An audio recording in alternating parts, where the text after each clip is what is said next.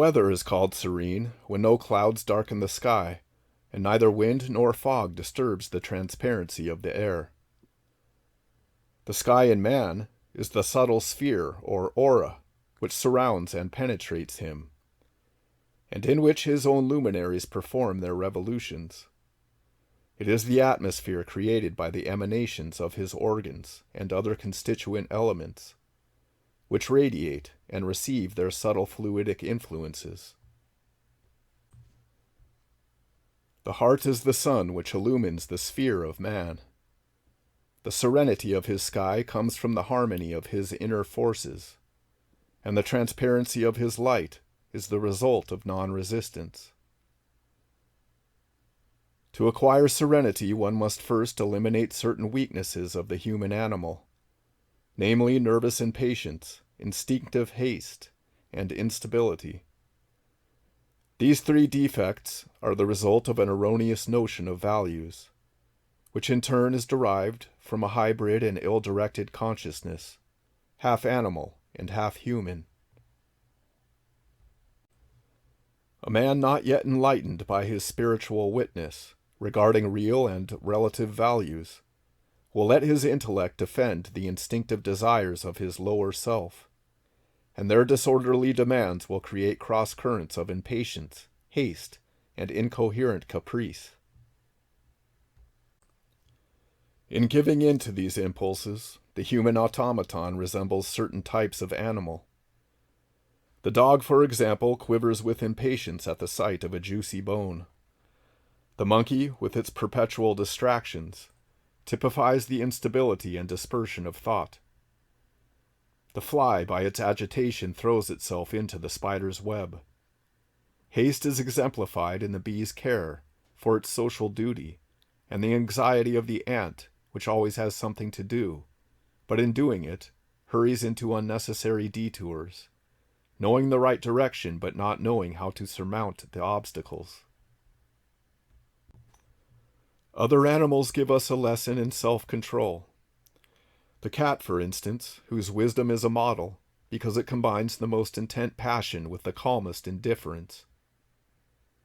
Motionless, it plans its leap, and performs it exactly. The strength of its muscles is matched by its relaxation and repose.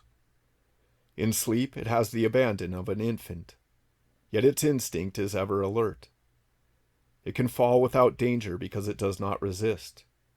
Hunting and fishing are games of pure pleasure for it. It hunts with rancor, and plays without an object. It is ever ready to attack without animosity, and to defend itself without apprehension. Being indifferent to victory, it cannot feel defeat. Serenity comes from independence. This independence to be created in oneself is not indifference, but neutrality with regard to the impressions received from without.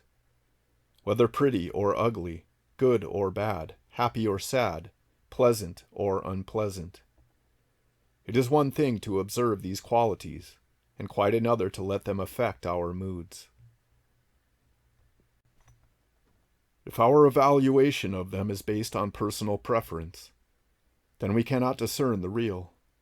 We must practice the discrimination of real and relative values by means of neutrality, which is the first step toward transparency. Concentrating upon essential values will open the door to this discrimination, and the attainment of the sense of presence will close the door to illusory values. This gradual purification is the key to transparency.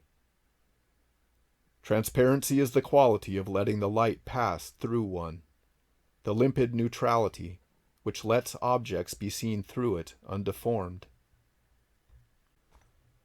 The same definition describes the state of man who is transparent to the light and open to the presence.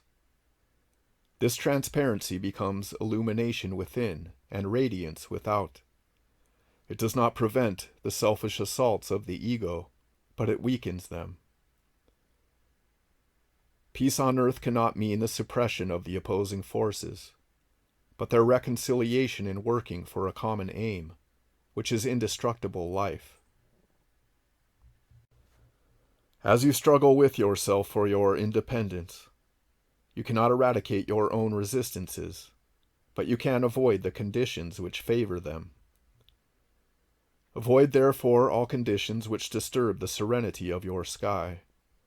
Do not let it ever be disturbed, either by the turbulence of your brain, which opens the door to your bad angel, or by pessimism and doubt, which quench the kindling fire, or by fear under whatever name, anxiety, scruples, caution, for that dries up the heart and extinguishes the flame of love.